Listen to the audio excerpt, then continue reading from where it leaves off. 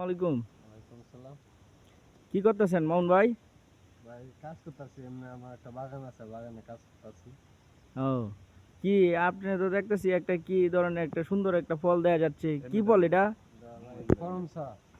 ও, ভাই একটা ভালো একটা ফল, এটা আপনার অনেক সুস্বাদু এবং প্রায় এখন ছাদ বাগানে এটা করা যায় ভাই। দেখেন আমরা টবের মধ্যে করে ফেলছি, এরকম চাইলে আপনারা করতে পারবেন। টবে হয়েছে, হ্যাঁ? হ্যাঁ এটা কি টবে দেশি জাত না বিদেশি? না, এটা বাহিরের জাত ভাই। ও, বিদেশি জাত। হ্যাঁ ভাই। না, অনেক সুন্দর, হ্যাঁ। হ্যাঁ, অনেক সুন্দর, অনেক ফল ধরছে। এটা কি এটা কি মনে হয় যে কি পাকছে না এখনো কাঁচা? না, পাকা আছে, আপনি দেখতে পারেন। এই দেখেন, পাকলে আপনার কালো হয়ে যাবে, আস্তে আস্তে করে কালো হইব হ্যাঁ। এরকম। তো একটা কায়া কি আমাদেরকে দেখাবেন, এটা কেমন, টক না মিষ্টি? ভাই অনেক টক এটা ভাই। এই যে, এই যে দেখেন।